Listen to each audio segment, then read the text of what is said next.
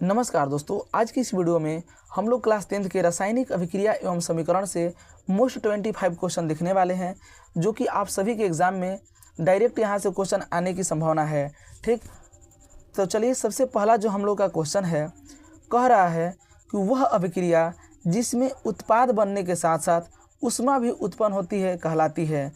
Option A में है ऊष्मा शोषी, बी में है उपचयन, सी में है प्रकाश संश्लेषण, डी में है ऊष्माक्षेपी।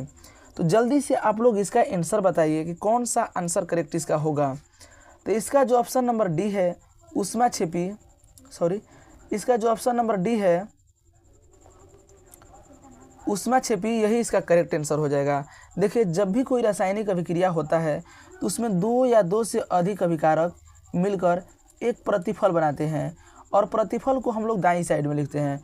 और जब प्रतिफल के साथ साथ उसमें ऊष्मा भी उत्पन्न होगा तो उसे ही हम लोग कहेंगे ऊष्माक्षेपी। ठीक, जैसे जब हम लोग सांस लेते हैं और जब सांस छोड़ते हैं तो उसमें गर्म हवा निकलता है, यानी गर्म हवा निकलने का मतलब कि उससे ऊष्मा निकलता है। तो कहिएगा कि सर ये कैसे पता चलेगा कि हम लोग जब सांस छोड़ते हैं तो उसमें से ऊष्मा निकलता है। तो आपने ठंडी के दिनों में देखा होगा कि जब हम लोग सांस छोड़ते हैं तो ऊष्मा दिखाई देता है। तो श्वसन एक प्रकार के क्या है, ऊष्माक्षेपी अभिक्रिया है। अब नेक्स्ट क्वेश्चन की तरफ हम लोग चलते हैं। नेक्स्ट क्वेश्चन है हम लोग का कि बुझे हुए चूने का रासायनिक सूत्र क्या होता है। सबसे पहले हम लोग जानेंगे कि चूना का रासायनिक सूत्र क्या होता है, या फिर कहेंगे कि अनबुझा हुआ चूना का रासायनिक सूत्र क्या होता है। तो अनबुझा चूना का रासायनिक सूत्र होता है CaO, कैल्शियम ऑक्साइड। और जब इसमें हम लोग जल मिला देते हैं यानी H2O, जब भी हम लोग इसमें जल मिलाते हैं तो चूना जो है बुझा हुआ चूना हो जाता है। तो जल मिलाने के बाद जो अभिक्रिया के फलस्वरूप बनता है वो होता है CaOH का होल ट्वाइस। इसको हम लोग कहते हैं कैल्शियम हाइड्रा ऑक्साइड। क्या कहते हैं दोस्त? कैल्शियम हाइड्रा ऑक्साइड, जो कि ऑप्शन नंबर डी में दे रखा है। ठीक है, तो बुझे हुए चूने का रासायनिक सूत्र क्या हो गया? ऑप्शन नंबर डी में जो दे रखा है कैल्शियम हाइड्रा ऑक्साइड, वही इसका करेक्ट आंसर है। अब नेक्स्ट क्वेश्चन की तरफ हम लोग चलते हैं। नेक्स्ट क्वेश्चन है हम लोग का कि निम्नलिखित अभिक्रिया में से कौन अपघटन की अभिक्रिया का एक उदाहरण है। अब देखिए, अपघटन क्या होता है। अपघटन का मतलब ही होता है टूट फूट। मान लीजिए कि एक कोई फैमिली है, ठीक, और जब यह अपघटन का अभिक्रिया होता है तो ये दो छोटे छोटे फैमिली में टूट जाता है। इसी को हम लोग कहते हैं अपघटन अभिक्रिया। अपघटन अभिक्रिया को समझने का ये सिंपल सा उदाहरण है कि मान लीजिए कोई एक फैमिली है, किसी कारणवश वो दो छोटे छोटे फैमिली में टूट जाता है, उसे हम लोग क्या कहते हैं? अपघटन अभिक्रिया। अब आप लोग एग्जाम्पल के माध्यम से बताइए कि कौन सा इसका करेक्ट आंसर है। देखिए, ऑप्शन ए में है H2 + I2 मिलकर 2HI का निर्माण कर रहा है। तो यहाँ पर हम लोग देखते हैं कि ये फैमिली जो है पहले से अलग अलग है। हाइड्रोजन और आयन ये पहले से अलग है, लेकिन हमने कंसेप्ट में क्या सीखा कि एक फैमिली होगा, यानी कोई एक यौगिक होगा और टूटने के बाद दो छोटे छोटे परमाणु में टूट जाएगा, उसे हम लोग अपघटन अभिक्रिया कहते हैं। अब देखिए, ऑप्शन नंबर जो बी में दे रखा है, ऑप्शन नंबर जो बी में है बी में है NH4CHO तिरचिन H2NCONH2। तो देखिए, ये एक फैमिली ऑलरेडी है और अभिक्रिया के बाद भी एक ही फैमिली है, तो इसे हम लोग अपघटन अभिक्रिया नहीं कहेंगे। ठीक, अब जो नेक्स्ट क्वेश्चन है, ये पहले से क्या है? टूटा हुआ परिवार है, जबकि हम लोग अपघटन में क्या सीखे हैं कि एक कंबाइंड फैमिली रहेगा, अभिक्रिया के बाद ये छोटे छोटे फैमिली में टूटेगा। ठीक है, तो ऐसा जो है ऑप्शन हम लोग को डी में देखने को मिल रहा है कि एक कंबाइंड फैमिली है, ठीक, जो एक साथ रह रहा है, किसी कारणवश ये दो अलग अलग छोटे छोटे परिवार में टूट गया, इसे हम लोग क्या कहते हैं? अपघटन अभिक्रिया। इसे एक बार आप समझ लीजिएगा तो आप कभी नहीं भुलाइएगा। अपघटन का मतलब ही होता है टूट फूट। ठीक है, जैसे 2KClO3 तिरचिन KCl + 3O2। तो इसका कौन सा आंसर करेक्ट हो जाएगा मेरे दोस्त? Option number D. ठीक है, अब नेक्स्ट क्वेश्चन की तरफ हम लोग चलते हैं। नेक्स्ट क्वेश्चन है कि कैथोड किरणों में क्या उपस्थित रहते हैं। अब देखिए दो गो होता है, एक होता है कैथोड किरण, एक होता है एनोड किरण। कैथोड किरण पर हमेशा ऋण आवेश होता है और एनोड किरण पर हमेशा धन आवेश होता है, और इलेक्ट्रॉन पर भी हमेशा ऋण आवेश होता है। ठीक है, तो कैथोड किरणों में क्या उपस्थित रहता है, तो कैथोड किरणों में इलेक्ट्रॉन उपस्थित होता है जिसमें क्या होता है, ऋण आवेश होता है। ठीक है, अब नेक्स्ट क्वेश्चन की तरफ हम लोग चलते हैं। नेक्स्ट क्वेश्चन है हम लोग का CaCO3 कैल्शियम कार्बोनेट, जिसे हम लोग कहते हैं तिरचिन्ह CaCO3 तिरचिन्ह CaO + CO2 किस प्रकार की अभिक्रिया है। तो इसका जल्दी से आप लोग आंसर बताइए कि ये किस प्रकार का अभिक्रिया है। तो आप लोग याद कीजिए, पीछे हमने बताया कि कोई एक परिवार,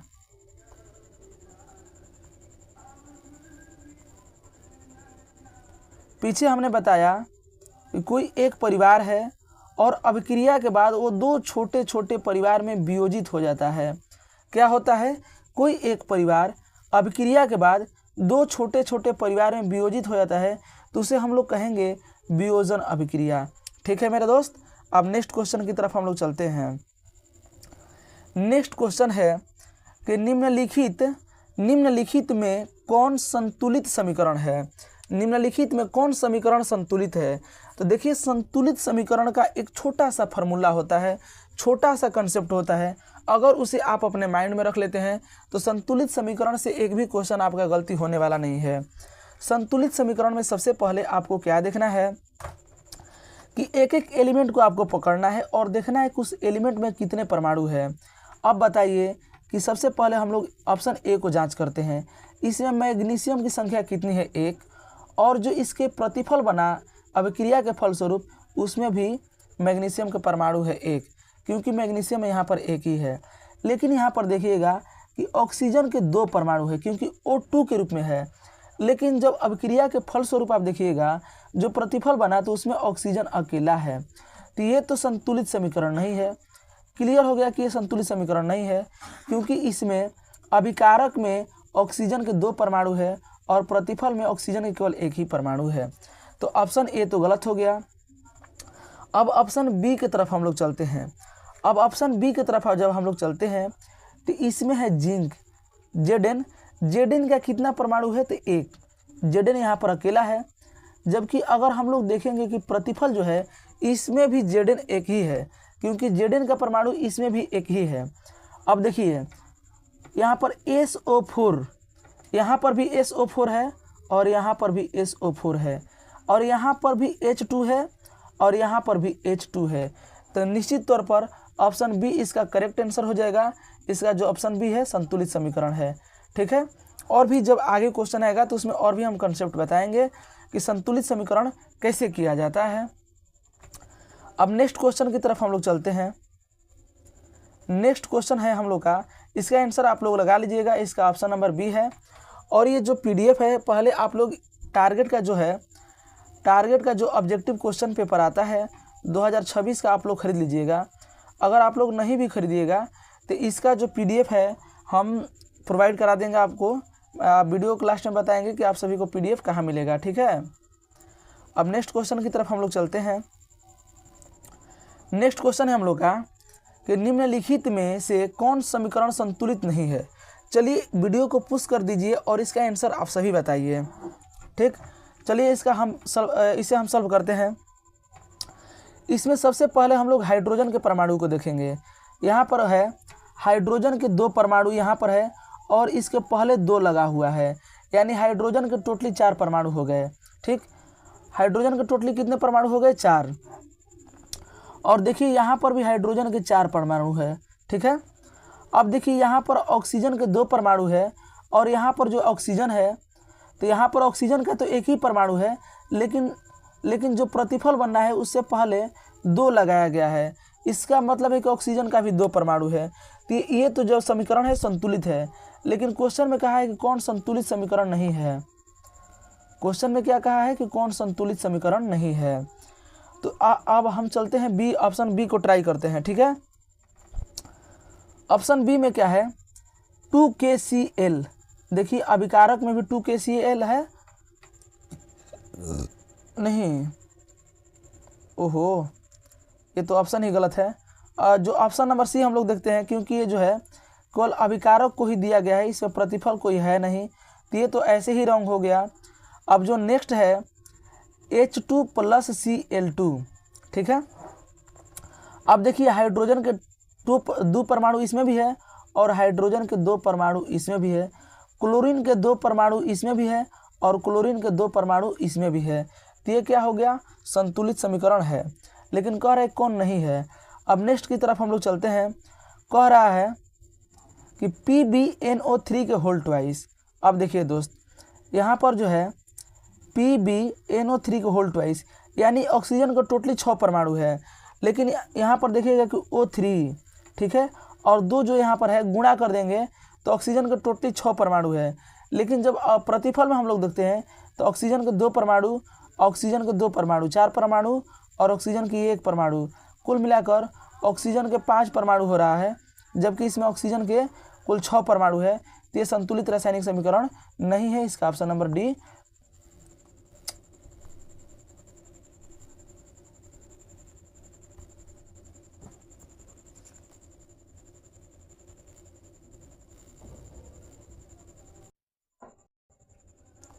इसका correct answer option number D हो जाएगा, ठीक है। अब नेक्स्ट क्वेश्चन की तरफ हम लोग चलते हैं। नेक्स्ट क्वेश्चन है हम लोग का कि उपचयन में निम्नलिखित में से क्या होता है। अब देखिए ऑप्शन ए में है हाइड्रोजन का वियोग, ऑप्शन बी में है इलेक्ट्रॉन का त्याग, सी में है ऑक्सीजन का जोग, ठीक, और डी में है इनमें से सभी। तो इसका जो करेक्ट आंसर है ऑप्शन नंबर डी हो जाएगा, इनमें से सभी, ठीक। अब नेक्स्ट क्वेश्चन की तरफ हम लोग चलते हैं। कह रहा है कि जल में वैद्युत अपघटन में कैथोड पर कौन सी गैस मुक्त होती है। अब देखिए ऑप्शन ए में है ओजोन, बी में है हाइड्रोजन, सी में है ऑक्सीजन और डी में है इनमें से कोई नहीं। तो इसका कौन सा आंसर करेक्ट होगा, जल्दी से आप लोग कमेंट बॉक्स में आंसर बता दीजिए। तो देखिए कैथोड पर हमेशा जो है हाइड्रोजन गैस मुक्त होती है। क्या मुक्त होती है, हाइड्रोजन गैस, ठीक है। अब नेक्स्ट क्वेश्चन की तरफ हम लोग चलते हैं। अगर किसी को लग रहा होगा कि वीडियो काफ़ी स्लो है तो 1.5x पर या फिर 2x पर करके वीडियो देख सकता है, ठीक है। अब नेक्स्ट क्वेश्चन है हम लोग का, कह रहा है कि कौन सी गैस उत्सर्जित होगी जब धातुएं जल के साथ अभिक्रिया करेगी। तो आप सभी को इसे याद कर लेना है कि जब भी धातुएं जल के साथ अभिक्रिया करती है तो हाइड्रोजन गैस मुक्त होता है। क्या होता है, गैस के साथ जब भी धातुएं जब जल के साथ अभिक्रिया करती है तो कौन सा गैस मुक्त होता है मेरे दोस्त, हाइड्रोजन गैस मुक्त होता है, जो कि ऑप्शन नंबर सी में है, ठीक। थोड़ा PDF में काफ़ी दिक्कत हो रहा है, सही से सेटल नहीं है, इसे नेक्स्ट वीडियो में हम सुधारने का प्रयास करेंगे। चलिए अब नेक्स्ट क्वेश्चन की तरफ हम लोग चलते हैं। नेक्स्ट क्वेश्चन की तरफ चलते हैं और कंसेप्ट को भी समझते हम लोग चलेंगे। नेक्स्ट क्वेश्चन है हम लोग का Fe2O3 + 2Al Al2O3 + Fe ऊपर दी गई अभिक्रिया किस प्रकार की है। तो देखिए आप सभी को हमने वियोजन अभिक्रिया के बारे में समझाया था। अब हम बताएंगे कि विस्थापन अभिक्रिया क्या है, ठीक, क्योंकि ये विस्थापन अभिक्रिया का उदाहरण है। तो देखिए विस्थापन अभिक्रिया को समझने के लिए पहले एक जेन्युइन एग्जाम्पल को हम लोग देखते हैं। देखिए ये जो Fe2O3 है एक सीधा साधा फैमिली है, ठीक है। ये अपने परिवार बाल बच्चों के साथ में रह रहा है। ये 2 अल्युमिनियम है, ठीक, ये अल्युमिनियम है। अब अल्युमिनियम क्या करेगा कि इसके जो फैमिली है O3 को पकड़कर अपने पास ले लेगा, ठीक। तो अब जो है Fe विस्थापित होकर अकेले बच जाएगा। इसे ही हम लोग कहते हैं विस्थापन अभिक्रिया। विस्थापन अभिक्रिया का मतलब ही होता है कि एक तत्व जो है दूसरे तत्व को विस्थापित कर देगा। अब जो अल्युमिनियम है इसके साथ जो ऑक्सीजन है उसको पकड़ करके अपने पास बुला लेगा, इसे ही हम लोग कहते हैं विस्थापन अभिक्रिया, ठीक है। तो इसका करेक्ट आंसर क्या हो जाएगा दोस्त, विस्थापन अभिक्रिया। अब नेक्स्ट क्वेश्चन की तरफ हम लोग चलते हैं। नेक्स्ट क्वेश्चन है हम लोग का, कह रहा है कि लौह चूर्ण पर तनु हाइड्रोक्लोरिक अम्ल डालने पर क्या होता है। सही उत्तर का निशान लगाइए। देखिए इसका एक कॉन्सेप्ट है, उसे हम आप लोगों को समझा देते हैं। जैसे कह रहा है लौह चूर्ण Fe प्लस तनु हाइड्रोक्लोरिक अम्ल यानी HCl। तो एक कॉन्सेप्ट है, इस कॉन्सेप्ट को आप लोग याद रखिएगा कि जब भी कोई धातु अम्ल से अभिक्रिया करता है तो हाइड्रोजन गैस मुक्त करता है। क्या करता है? हाइड्रोजन गैस मुक्त करता है और जो बच गया उसके साथ अभिक्रिया कर लेता है। इसका अभिक्रिया जो है लिख कर दिखा दे रहे, थोड़ा कलर चेंज करते हैं ताकि आप लोगों को क्लियर दिखाई दे। देखिए क्या होगा, Fe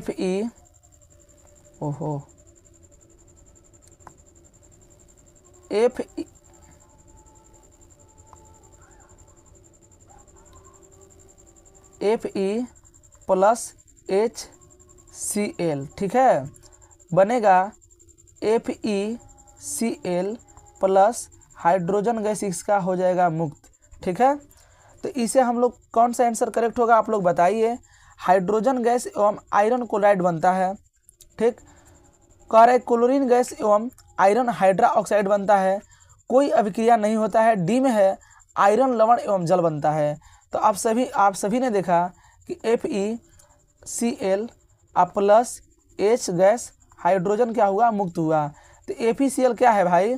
FeCl है आयरन क्लोराइड, ठीक है ना। FeCl क्या है? Iron chloride. तो ऑप्शन ए इसका करेक्ट आंसर हो जाएगा कि हाइड्रोजन गैस एवं आयरन क्लोराइड बनता है। नेक्स्ट क्वेश्चन की तरफ हम लोग चलते हैं। इसका कंसेप्ट हमने पहले ही बता दिया है। कह रहा है कि श्वसन किस प्रकार की अभिक्रिया है। ऑप्शन ए में दे रखा है उपचयन, बी में है संयोजन, सी में है अपचयन और डी में है ऊष्माक्षेपी। तो हमने पहले ही बताया कि जब किसी अभिक्रिया के फलस्वरूप यदि ऊष्मा बाहर आएगा तो उसे हम लोग कहते हैं ऊष्माक्षेपी। क्या कहते हैं मेरे दोस्त? ऊष्माक्षेपी। जैसे जब हम लोग सांस लेते हैं और जब सांस छोड़ते हैं तो सांस छोड़ने के दौरान उसमें से ऊष्मा निकलता है, गर्म हवा निकलता है, तो क्या हो गया? ऊष्माक्षेपी। इसे आप लोग ऐसे याद रखिएगा कि जब भी ऊष्मा फेंकी तो हो जाएगा ऊष्माक्षेपी, ऊष्मा फेंकी तो हो जाएगा ऊष्माक्षेपी। ठीक है, आप क्या कीजिएगा कि एक शॉर्ट नोट्स तैयार कीजिएगा, उस शॉर्ट नोट्स में ये सारा कंसेप्ट को ऐड कर लीजिएगा। अब नेक्स्ट क्वेश्चन की तरफ हम लोग चलते हैं। इसका correct answer option number D हो जाएगा। नेक्स्ट क्वेश्चन है हम लोग का, कह रहा है कि CuO plus H2 तिरचिन Cu plus H2O किस प्रकार की अभिक्रिया है। उम्मीद करता हूँ कि ये क्वेश्चन के आंसर आप लोग जल्दी से बता दीजिएगा। देखिए दोस्त, जब कभी भी ऑक्सीजन जो है, जैसे मान लीजिए कॉपर ऑक्साइड है, ठीक है, इसमें से ऑक्सीजन हट गया, यहाँ पर कॉपर अकेले बच गया और ये H2 अकेले है, इसमें ऑक्सीजन मिलकर H2O बना दिया। यानी एक तरफ ऑक्सीजन क्या है, ऑक्सीजन जुड़ रहा है और दूसरी तरफ ऑक्सीजन हट रहा है। तो इस अभिक्रिया को हम लोग कहते हैं रेडॉक्स अभिक्रिया। क्या कहते हैं दोस्त? जहाँ पर ऑक्सीजन जुड़ता भी है और ऑक्सीजन हटता भी है, उसे हम लोग कहते हैं रेडॉक्स अभिक्रिया। ठीक है ना, जिसमें ऑक्सीकरण प्लस अवकरण इज इक्वल टू रेडॉक्स। अब नेक्स्ट क्वेश्चन की तरफ हम लोग चलते हैं। ज़्यादा यहाँ पर कंसेप्ट बताएंगे तो ज़्यादा लंबा वीडियो हो जाएगा। एक कंसेप्ट का हम शॉर्ट वीडियो बना करके डालेंगे यूट्यूब पर, जिसमें रासायनिक अभिक्रिया एवं समीकरण का जितना भी कंसेप्ट है उसको वन शॉट में बनाकर डालने का प्रयास करूँगा। ठीक है, अब नेक्स्ट क्वेश्चन की तरफ हम लोग चलते हैं। कह रहा है कि इलेक्ट्रॉन के स्थानांतरण से बने यौगिक कहलाते हैं। इलेक्ट्रॉन के स्थानांतरण से बने यौगिक कहलाते हैं। ऑप्शन ए में है सहसंयोजी, बी में है विद्युत संयोजी, सी में है कार्बनिक, डी में है कोई नहीं। तो देखिए दोस्त, इलेक्ट्रॉन के स्थानांतरण से बने यौगिक को हम लोग कहते हैं विद्युत संयोजी यौगिक। क्या कहते हैं? विद्युत संयोजी यौगिक। ठीक है ना। अब नेक्स्ट क्वेश्चन की तरफ हम लोग चलते हैं, क्वेश्चन नंबर 16 की तरफ। ठीक है ना, ये सारा का सारा जितना भी हम क्वेश्चन कराए हैं अभी तक आप सभी के एग्जाम में आया हुआ क्वेश्चन है। जैसे कि ये भी जो क्वेश्चन है 2015 में क्वेश्चन आया हुआ है। ठीक, कह रहा है कि नीचे दी गई अभिक्रिया में कौन सा कथन सही है। ठीक है, अब हम लोग देखेंगे कि इस अभिक्रिया में हो क्या रहा है। तो देखेंगे कि ये कॉपर है और ऑक्सीजन है, दोनों जुड़ जा रहा है, ठीक है ना। तो यानी कॉपर में क्या हो रहा है कि ऑक्सीजन जुड़ रहा है, यानी क्या हो रहा है, ऑक्सीकरण हो रहा है। किसका ऑक्सीकरण हो रहा है, तो कॉपर का ऑक्सीकरण हो रहा है, क्योंकि कॉपर के साथ जो है ऑक्सीजन जुड़ रहा है। तो कॉपर का ऑक्सीकरण ऑप्शन ए करेक्ट आंसर हो जाएगा इसका, ठीक है ना। अब नेक्स्ट क्वेश्चन की तरफ हम लोग चलते हैं। नेक्स्ट क्वेश्चन है माय डियर, सिल्वर क्लोराइड का रंग क्या है, ठीक। तो सिल्वर क्लोराइड का रंग ऑप्शन ए में है श्वेत, बी में है पीला, सी में है हरा और डी में है काला। तो इसका करेक्ट आंसर कौन सा होगा, तो इसका करेक्ट आंसर हो जाएगा ऑप्शन नंबर ए, ठीक है। सिल्वर क्लोराइड का रंग श्वेत होता है, ठीक है। अब नेक्स्ट क्वेश्चन की तरफ हम लोग चलते हैं। देखिए नेक्स्ट क्वेश्चन का आंसर जो है, अब तक जितने लोग 1 से लेकर के क्वेश्चन 18 तक सही से पढ़े हैं और सही से इसको देखे हैं, तो इसका आंसर आप लोग जरूर दे दीजिएगा, ठीक है, क्योंकि इसका कंसेप्ट हम इसी क्लास में बताए हैं। कह रहा है कि समीकरण CaCO3 को जब हीट दिया जाता है तो ये जो है CaO प्लस CO2 में बदल जाता है, तो किस प्रकार की अभिक्रिया है। ऑप्शन ए में है वियोजन, बी में है संयोजन, सी में है उभयगामी और डी में है प्रतिस्थापन। तो इसमें हमने पहले ही बताया है कि जब कोई फैमिली सिंगल होता है, ठीक, जब कोई कंबाइंड फैमिली है, किसी कारणवश जब वो छोटे छोटे परिवार में टूट जाता है, तो उसे हम लोग कहते हैं वियोजन अभिक्रिया। क्या कहते हैं, ये फैमिली जो है वियोग में अलग हुआ है, ठीक, तो इसे हम लोग क्या कहते हैं, वियोजन अभिक्रिया कहते हैं। इसका जो है option number A correct answer हो जाएगा। नेक्स्ट क्वेश्चन की तरफ हम लोग चलते हैं। नेक्स्ट क्वेश्चन कह रहा है कि साग सब्जियों को विघटित होकर कंपोस्ट बनना किस प्रकार की अभिक्रिया है। तो देखिए साग सब्जी जो है कंपोस्ट होकर विघटित होता है, तो उसमें से ऊष्मा निकलता है। क्या निकलता है, ऊष्मा निकलता है। और जब भी किसी रासायनिक समीकरण से ऊष्मा फेंकी तो हो जाएगा ऊष्मा छेपी, ऊष्मा फेंकी तो हो जाएगा ऊष्मा छेपी, ठीक है। इस ट्रिक को हमेशा याद रखना है। अब नेक्स्ट क्वेश्चन की तरफ चले ना। नेक्स्ट क्वेश्चन है हम लोग का कि निम्नलिखित में कौन सा उत्पाद लेड नाइट्रेट को गर्म करने पर प्राप्त होता है, ठीक। अब लेड नाइट्रेट जो है PbNO3, क्या होता है लेड नाइट्रेट PbNO3, जब इसको हीट दिया जाता है, ठीक, हीट दिया जाता है तो ये बदल जाता है PbO। क्या बदल जाता है, PbO प्लस NO2 प्लस के O2। क्या होता है मेरे दोस्त, NO2 प्लस के O2। तो लेड नाइट्रेट को गर्म करने पर नाइट्रस ऑक्साइड और O2 बनता है, ठीक है, NO2 और O2 बनता है। अब नेक्स्ट क्वेश्चन की तरफ हम लोग चलते हैं। कह रहा है कि निम्न में से कौन सही है। ये धोवन सोडा का सूत्र लिखा हुआ है। अब आप लोग बताइए कि इसमें से कौन सही है। Na2CO3 into 5H2O, Na2CO3 into 10H2O, Na2CO3 into 7H2O into 2H2O। कौन सा आंसर इसका करेक्ट हो जाएगा, तो इसका ऑप्शन नंबर बी जो है Na2CO3 इसका करेक्ट आंसर हो जाएगा।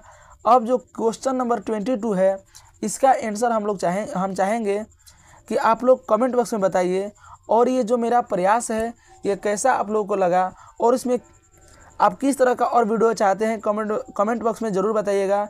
मिलते हैं किसी और वीडियो में, तब तक के लिए जय हिंद।